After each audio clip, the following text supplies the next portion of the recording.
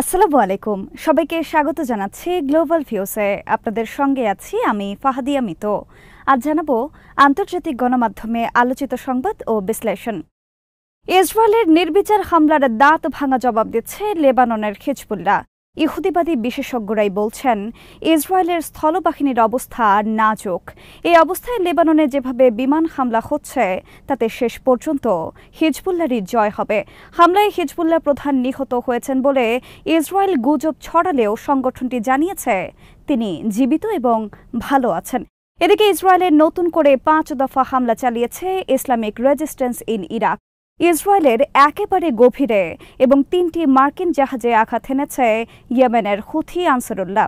আল মায়দানের খবরে বলা হয়, ইসরায়েলি সেনা অবস্থান এবং অবৈধ ইহুদি বসতিগুলোকে লক্ষ্য করে শুক্রবার সিরিজ অভিযান চালিয়েছে লেবাননের হিজবুল্লাহ। গাজা উপত্যকার ফিলিস্তিনিদের সমর্থনে এবং লেবাননের প্রতিরক্ষায় এই অভিযান চালানো হয় বলে জানিয়েছে প্রতিরোধ সংগঠনটি।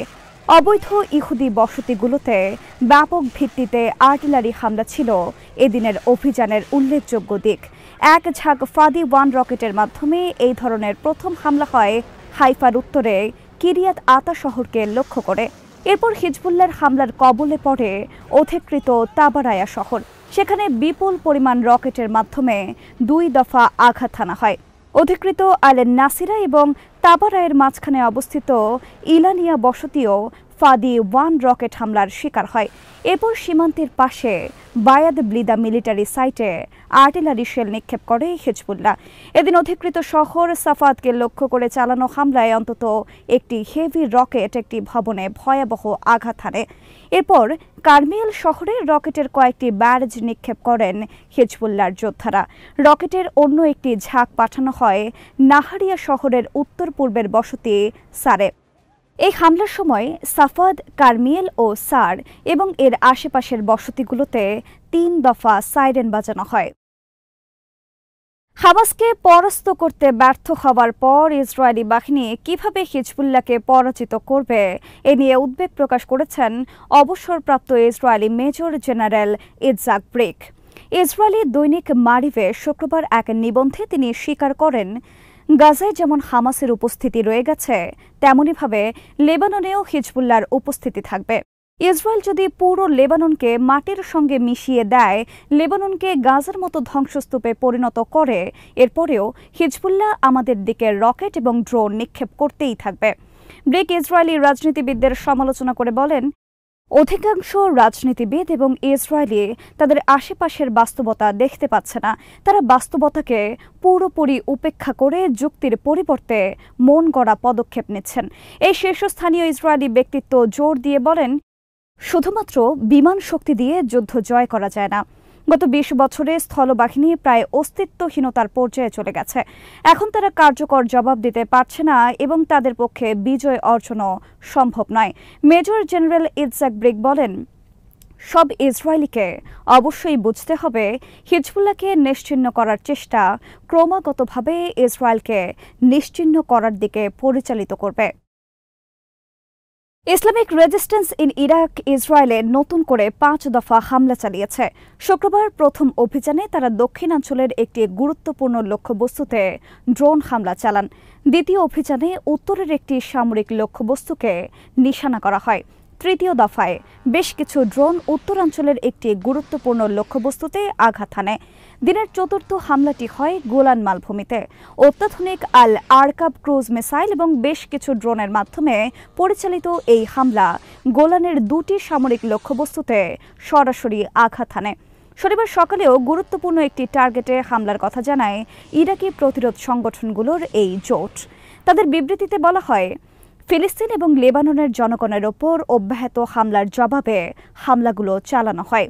হামলার তীব্রতা বাড়িয়ে ইসরায়েলি ঘাঁটিগুলো ধ্বংস করার কথাও পুনর্ব্যক্ত করেছেন তারা। ইসরায়েলে 2টি শহরে এবং 3টি মার্কিন জাহাজে বড় সড় হামলা চালিয়েছে ইয়েমেনের হুথি আনসারুল্লাহ সমর্থিত সশস্ত্র বাহিনী।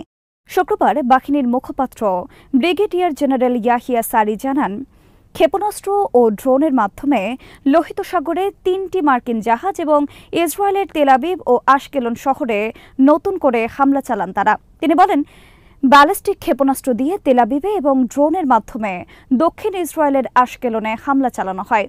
হুথিদের মুখপাত্র বলেন, ফিলিস্তিন ও লেবাননে আমাদের ভাইদের ঝরা রক্তের বিনিময়ে বিজয় ছিনিয়ে আনার জন্য ইসরায়েলি শত্রুর বিরুদ্ধে আরও সামরিক অভিযান চালাবো আমরা। পৃথক টেলিভিশন বক্তৃতায় সালি জানান, ২৩টি ক্ষেপণাস্ত্র ও একটি ড্রোন ব্যবহার করে লোহিত সাগরে একই সঙ্গে ৩টি মার্কিন জাহাজে হামলা করেন তারা। জাহাজগুলো ইসরায়েলের দিকে যাচ্ছিল। ইসরায়েলি বাহিনী লেবাননে স্থল আগ্রাসন চালালে হিজবুল্লাহর কাঁধে কাঁধ মিলিয়ে যুদ্ধ করতে কুণ্ঠিত হবে না বলে ঘোষণা দিয়েছে আনসারুল্লাহ আন্দোলন।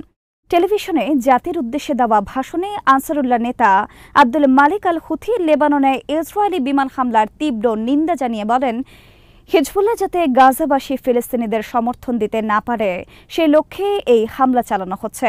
ভাষণে তিনি জানান, হুথি সমর্থিত সশস্ত্র বাহিনী গত সপ্তাহে ইসরায়েল সংশ্লিষ্ট বিভিন্ন লক্ষ্যবস্তুতে ৩৯টি ব্যালিস্টিক, উইংড ও ড্রোন ক্ষেপণাস্ত্র হামলা চালিয়েছে। তিনি বলেন, বর্তমানে লেবাননে যে হামলা চালানো হচ্ছে তার পরিকল্পনা বহু বছর ধরে করে আসছিল ইসরায়েল। তবে হিজবুল্লাহ বর্তমানে অতীতের যে কোনো সময়ের চেয়ে শক্তিশালী বলে আল হুথি মন্তব্য করেন। তিনি বলেন, মানবতার শত্রু ইসরায়েল গাজা ধ্বংস করার একই পদ্ধতি লেবাননে অনুসরণ করছে। তারা লেবাননেও আবাসিক ঘরবাড়িতে হামলা চালিয়ে বেসামরিক নাগরিকদের হত্যা করছে। কিন্তু তা সত্ত্বেও গাজার প্রতি হিজবুল্লাহর সমর্থন দিন দিন শক্তিশালী ও অধিকতর কার্যকর হয়ে উঠছে। হিজবুল্লাহ মহাসচিব সৈয়দ হাসান নাসরুল্লাহকে লক্ষ্য করে বিমান হামলা চালিয়েছে ইসরায়েল। আশঙ্কা করা হচ্ছিল নাসরুল্লাহ এই হামলায় আহত অথবা নিহত হয়েছেন। তবে রয়টার্স জানিয়েছে হিজবুল্লাহ প্রধান বেঁচে আছেন এবং ভালো আছেন। নাসরুল্লাহর খুব কাছের লোকদের বরাতে এই তথ্য জানিয়েছে রয়টার্স। ইরানের সংবাদ মাধ্যমগুলো একই খবর দিয়েছে। হিজবুল্লাহর আরেকটি সূত্র এএফপিকে জানিয়েছে নাসরুল্লাহ ভালো আছেন। হিজবুল্লাহর সদর দপ্তর লক্ষ্য করে লেবাননের রাজধানী বৈরুতে শুক্রবার হামলা চালায় ইসরায়েলি বাহিনী। হামলায় হিজবুল্লাহর ক্ষেপণাস্ত্র শাখার কমান্ডার মোহাম্মদ আলী ইসমাইল নিহত হন বলে জানা গেছে। এই হামলাকে রাষ্ট্রীয় মদতপুষ্ট সন্ত্রাসবাদ বলে মন্তব্য করেন ইরানের প্রেসিডেন্ট মাসুদ পেজেশকিয়ান। তেহরানের পররাষ্ট্রমন্ত্রী বলেন, হামলায় তেল আবিব ওয়াশিংটনের দেওয়া ৫,০০০ পাউন্ডের বাংকার বাস্টার বোমা ব্যবহার করেছে। ইসরায়েলের প্রতিরক্ষা বাহিনীর মুখপাত্র ড্যানিয়েল হাগাডি জানান, বিমানবাহী হিজবুল্লাহর সদর দপ্তর লক্ষ্যবস্তুতে পরিণত করেছে। তার দাবি, বৈরুতের দাহিয়েতে বেসামরিক ভবনের নিচে সদর দপ্তরটি তৈরি করা হয়েছিল।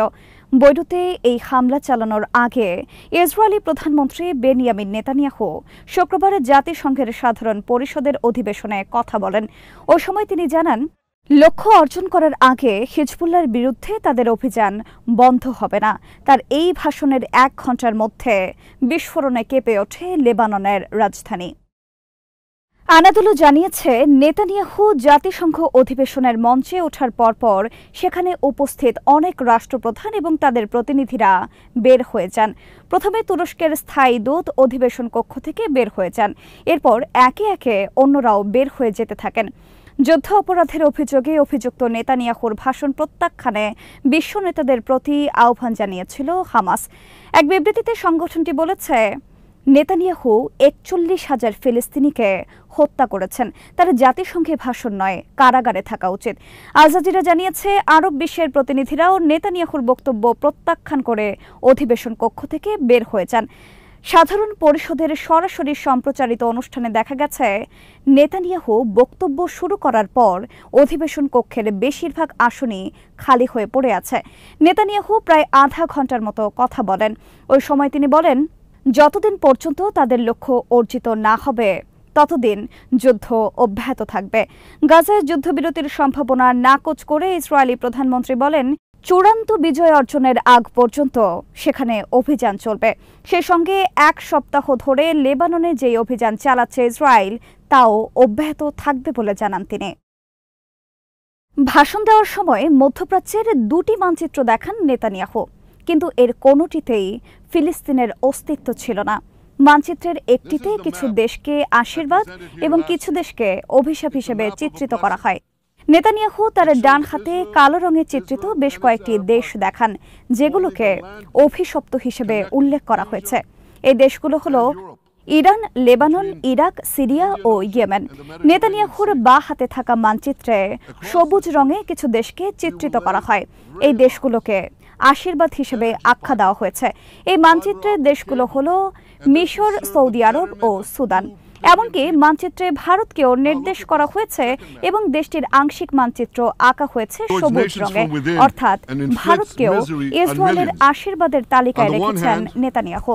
আশঙ্কার বিষয় হলো ইসরায়েলি প্রধানমন্ত্রী অভিশপ্ত ও আশীর্বাদ তুল্য দেশ চিহ্নিত করে যে দুটি মানচিত্র দেখিয়েছেন তার একটিতেও ফিলিস্তিনের নাম নেই। এর মাধ্যমে ফিলিস্তিনের অস্তিত্ব অস্বীকার করেন তিনি। If you think that, then you should think again. Because Iran's aggression, if it's not checked, will endanger every single country in the Middle East. বাংলাদেশের অন্তর্বর্তীকালীন সরকারের প্রধান উপদেষ্টা ডক্টর মোহাম্মদ ইউনূস শুক্রবার জাতিসংঘ সাধারণ পরিষদের ভাষণে গাজার চলমান ঘটনাকে গণহত্যা আখ্যা দিয়ে সেখানে অনতিবিলম্বে যুদ্ধবিরতির আহ্বান জানিয়েছেন। তিনি বলেন, সারা বিশ্বের উদ্বেগ এবং নিন্দা সত্ত্বেও গাজায় গণহত্যা থামছে না। ইউনূস বলেন, ফিলিস্তিনি জনগণের বিরুদ্ধে চলমান নৃশংসতা, বিশেষ করে নারী ও শিশুদের সঙ্গে প্রতিনিয়ত যে নিষ্ঠুরতা বিশ্ব দেখছে তা থেকে নিস্তারের জন্য বাংলাদেশ অনতিবিলম্বে সম্পূর্ণ যুদ্ধবিরতির আহ্বান জানাচ্ছে। প্রধান উপদেষ্টা মধ্যপ্রাচ্যে দ্বিরাষ্ট্রভিত্তিক সমাধানের প্রতি বাংলাদেশের সমর্থন পুনর্ব্যক্ত করেন। ইউনূস বলেন, এই সমাধানই মধ্যপ্রাচ্যে টেকসই শান্তি আনতে পারবে।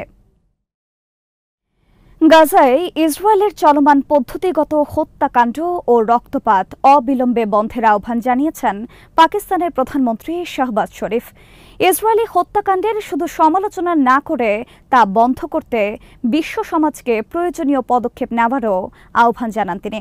শুক্রবার নিউ ইয়র্কে জাতিসংঘের সাধারণ পরিষদের ৭৯তম অধিবেশনে দেওয়া ভাষণে তিনি বলেন, এটা কেবল সংখ্যাত নয়, বরং এটা নির্দোষ ফিলিস্তিনিদের বিরুদ্ধে পদ্ধতিগত হত্যাকাণ্ড, মানুষের জীবন ও মর্যাদার একেবারে মর্মমূলে আঘাত।